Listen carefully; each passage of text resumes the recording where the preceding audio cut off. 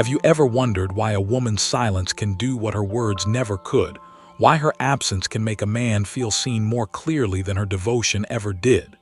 It is because silence is not emptiness. It is a mirror.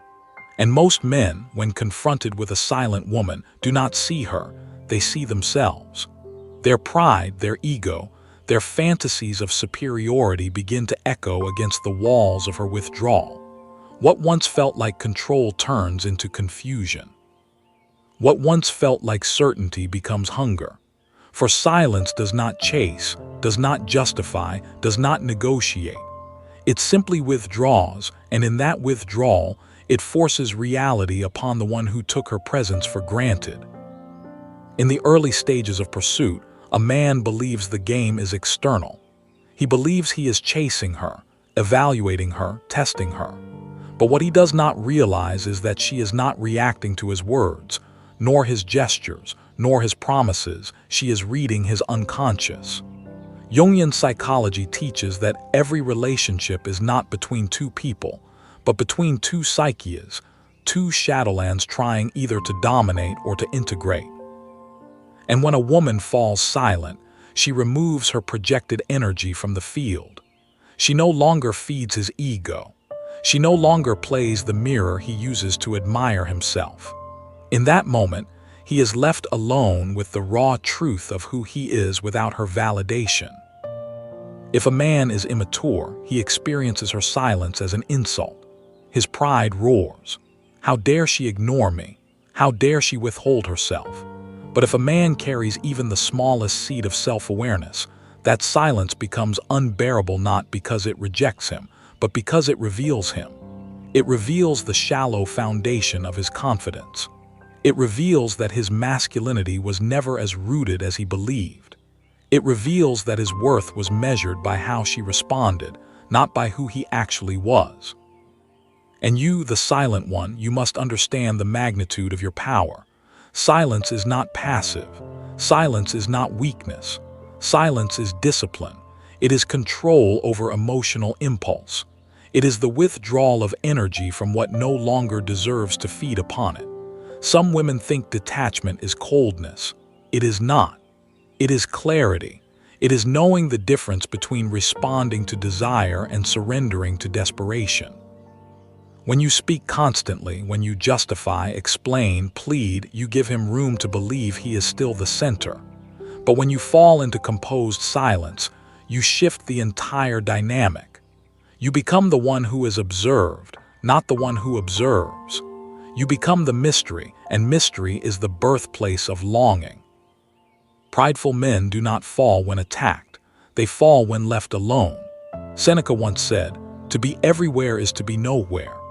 Modern women misunderstand this. They scatter their presence across every conversation, every notification, every emotional breadcrumb. They give access before it is earned. They perform worth instead of inhabiting it. But the woman who withdraws, who speaks only when necessary, who chooses silence over emotional leakage, she is not abandoning connection. She is purifying it. She is refusing to play the clown in someone else's circus. She is letting him feel the absence of her light. And oh, how absence burns. A man does not miss a woman's kindness while it is present. He only recognizes its warmth when his world grows cold. He does not value her attention when it is freely offered. He values it when it becomes scarce, not as a tactic, but as a consequence of her self-respect. Jung said, "The meeting of two personalities is like the contact of two chemical substances. If there is any reaction, both are transformed." But most men do not transform when given constant exposure. They transform when given distance, when the flood becomes a desert, when the certainty becomes silence. Only then do they begin to feel the gravity of what they once took lightly. You are not abandoning love by going silent. You are abandoning self-betrayal. You are not punishing him. You are protecting yourself. And in that protection, an alchemy begins not in him, but in you. Your silence is not merely a test of his character. It is a revelation of your own. For only a woman who has met her inner worth can resist the addictive pull of reaction. Only a woman who has reconciled with her own shadow can sit in quiet without craving external noise. The question is not whether he will miss you. He will. The question is, will you hold your silence long enough for him to feel it?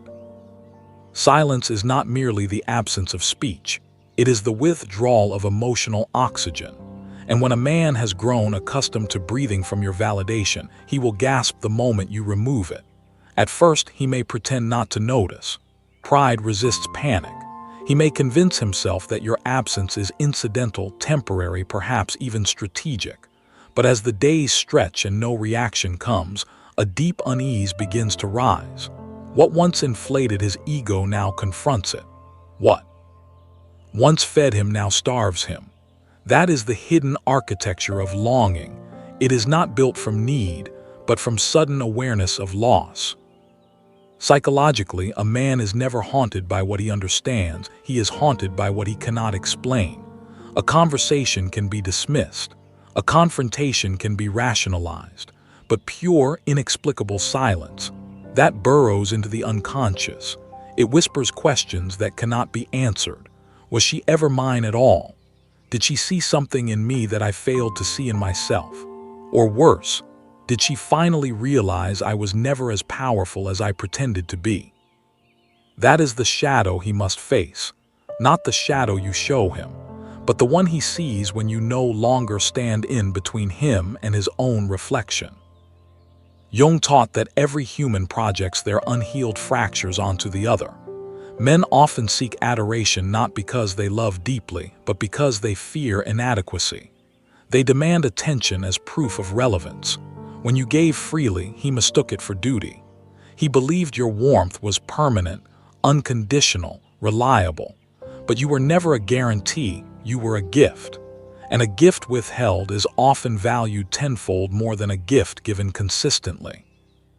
Now the alchemy begins, not in petty silence, not in passive-aggressive withdrawal, but in sacred quiet. Silence rooted in self-worth does not seek revenge, it seeks restoration. It is the soul telling the ego, I owe you nothing that harms me. You are not closing your heart, you are closing the door of performance. No more entertaining, no more explaining, no more mothering the emotionally unready. Those who wish to know your soul must now knock with reverence. But make no mistake, silence is not comfortable, even for the strong. It burns both ends of the bond. For you, too, will feel the phantom pull, the temptation to break the quiet, to remind him of what he has forgotten. But this is the test of your own evolution. Will you seek quick relief, or will you wait for true recognition? Will you settle for crumbs of attention, or demand the full acknowledgement of your presence? Longing is not born in distance. Longing is born in realization. And realization requires silence. Noise interrupts clarity. Explanation ruins mystery. The feminine power does not scream to be heard, it withdraws until hearing becomes hunger. He may respond to your silence with arrogance at first. He may double down, posting, flexing, entertaining distractions.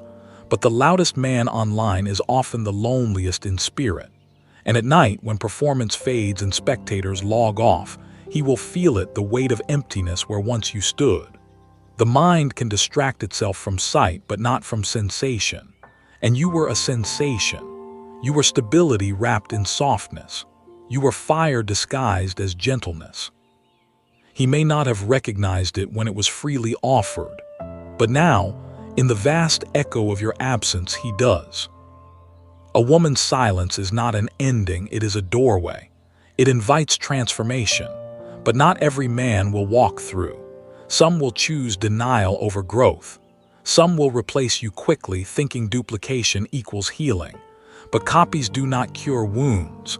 They only deepen them. And eventually, whether weeks, months, or years, he will circle back to that moment when your silence greeted him like judgment. The question remains, will he evolve, or will he collapse inside his unexamined pride? And more importantly, will you?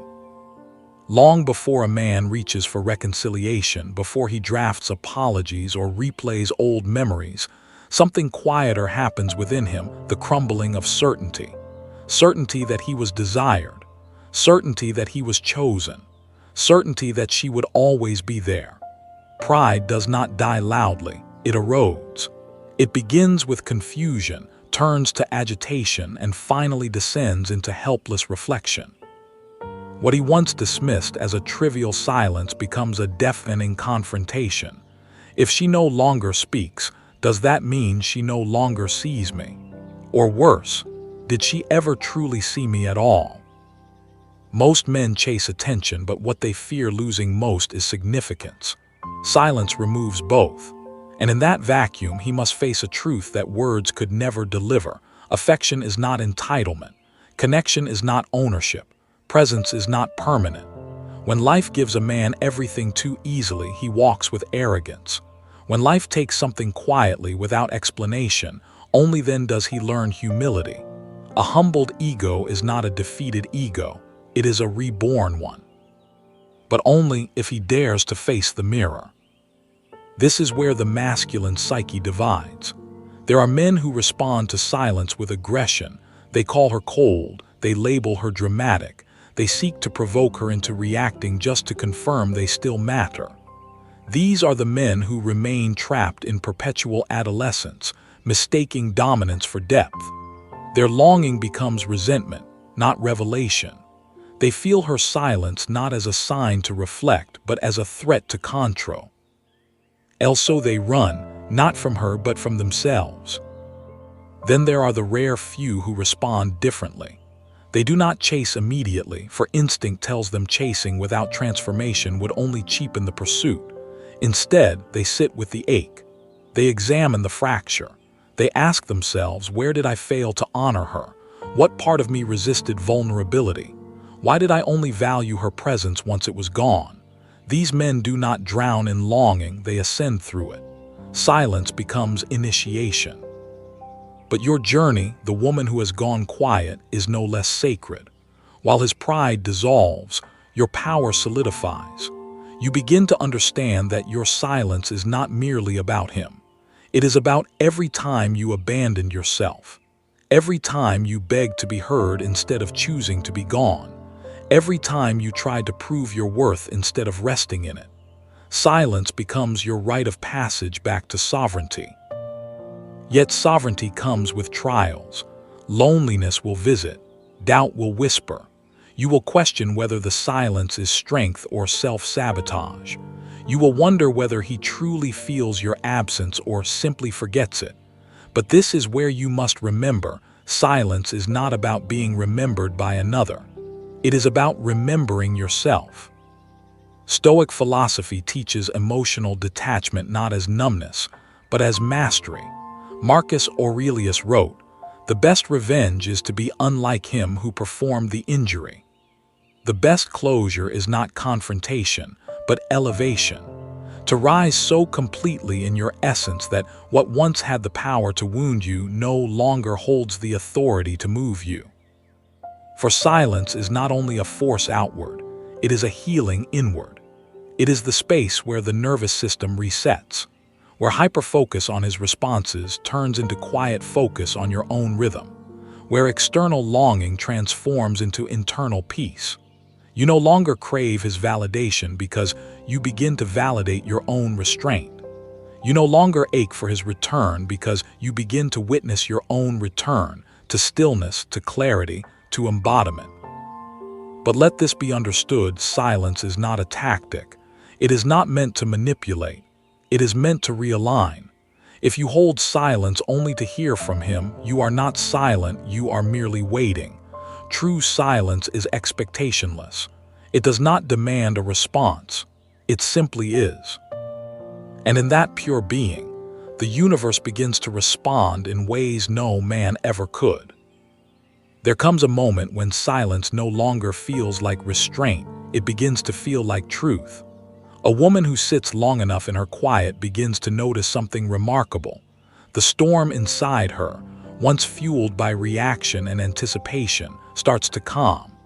Not because anything outside her has changed, but because she no longer feels the compulsion to reach for what does not reach for her. She no longer aches for proof, nor craves witness. She learns what most never do, that closure is not something given, it is something claimed. A man who once believed he possessed her attention now finds himself standing before a wall he cannot climb. Not because she has blocked him, not because she has spoken fury, but because she simply stopped opening the door. There is no access, no reassuring echo, no flicker of response to indicate that his existence still registers within her emotional field. And therein lies the torment, for a man can argue with words, but he cannot argue with absence. He can defend himself against accusations, but he cannot defend himself against indifference. Silence is not a debate. Silence is a verdict. Psychologists know that the human mind is wired to complete patterns. Unresolved dynamics gnaw at the psyche until understanding is reached. When a woman withdraws without dramatics, without explanation, without noise, she leaves behind a pattern unfinished. And the one who broke it must now face the dissonance he created. This is the birthplace of longing, not just for her touch, but for the resolution of his own fragmented self-image. And yet the greatest transformation does not occur in him. It occurs in her. Silence is the forge in which identity is reforged. She begins to remember what it feels like to exist without performing, without chasing, without waiting. She starts to reinhabit her own space. The mirror she once held up for him now turns toward herself. And in that reflection, she sees the truth of her own resilience. What she thought was abandonment becomes liberation. What she mistook for rejection reveals itself as redirection, away from external craving and toward internal equilibrium. In Jungian terms, she has ceased projecting her anima onto the masculine. She no longer seeks completion in another, she retrieves it from within. The silence is not a void, it is a womb. Something new is forming, not a strategy, not a scheme, a self. Meanwhile, his pride, once bold and untouchable, begins to fracture beneath the weight of introspection. At first, he tries to replace her. He seeks distractions, reflections, echoes of her softness in other faces. But replacements never fill absence, they only highlight it. The more he attempts to silence the echo of her withdrawal, the louder it rings. Not because she is unforgettable by virtue of vanity, but because she represented something irreplaceable, a witness to his deeper self, one he was not ready to honor. And now he must ask, did I lose her, or did I never truly earn her? Yet here lies the paradox. By the time he realizes the weight of her presence, she may no longer desire his return, not from bitterness, not from vengeance, but from evolution. For women do not stay where they are unwatered. They do not linger in drought. Nature itself teaches this. Rivers reroute around stone, flowers turn toward light. So too does the feminine heart seek alignment, not attachment. He may come back bearing apologies. He may speak of clarity, of awakening, of changed hearts and humbled egos. But by then the silence will have done its work. She will not respond from longing. She will respond from sovereignty. She no longer asks, does he want me? She asks, does he serve my peace? He no longer decides her value. She decides his access. For the final lesson of silence is this: longing may awaken him, but it liberates her. In the end, silence becomes more than distance, it becomes definition. It separates the woman who once waited from the woman who now chooses. She has walked through the fire of restraint, endured the tremors of withdrawal, and emerged not hardened but hallowed. For silence did not turn her into stone, it turned her into stillness. And stillness is not emptiness, it is clarity without chaos. She no longer bargains with her worth. She no longer trembles at the thought of being misunderstood. She has accepted a profound truth that most never dare to hold. Not being chosen is not a wound. Sometimes it is protection. Protection from half-love, from fragmented effort, from companionship born not of reverence but of convenience. She would rather walk alone with dignity than be held with hesitation. And so, when he finally returns, whether in voice or in memory, she does not tremble. His longing, once imagined as victory, now arrives as revelation, not of his renewed desire, but of how far she has traveled. His pride may now kneel where it once stood tall. His words may now soften where once they struck with indifference. Yet suddenly, she understands. This was never about winning him, it was about finding her. The greatest illusion in love is that fulfillment is found in possession. But the mystics, the Stoics, the sages, and even Jung himself understood true connection does not enslave, it expands. If it requires noise to sustain, it was never rooted. If it withers in silence, it was never real. That which is sacred does not fear distance, it deepens through it. Some women will take him back, not out of weakness, but out of discernment. For she may see evolution in his eyes, humility in his posture, reverence in his approach. In that case, she may extend grace, not because she needs him, but because the woman reborn does not punish, she presides. Others will not open the door again, not out of cruelty, but because silence revealed that what she mistook for love was only attachment. She will walk on, not with pride, but with peace, for she has become her own sanctuary. And to the man whose pride has finally turned to longing, understand this. Longing is not your punishment. It is your invitation, not to reclaim her, but to reclaim yourself. For what you truly miss is not merely her warmth, but the part of you that awakened in her presence. Do not chase her shadow. Instead, become the man you glimpsed in her light. Whether she returns or not is no longer the point. What matters is that silence did not leave you empty, it left you exposed. And exposure is the beginning of transformation. This is how pride is broken, not with insults, not with arguments, but with absence that reflects truth. And this is how longing is born, not from possession, not from force, but from recognition of what once was mishandled. So let silence complete its work in both. Let him learn to seek not validation, but vision. Let her rest not in reaction, but in radiance. For when the feminine withdraws with dignity, and the masculine returns with humility, healing becomes possible. And when healing is not chosen, freedom is. The woman who knows her worth doesn't chase, she chooses.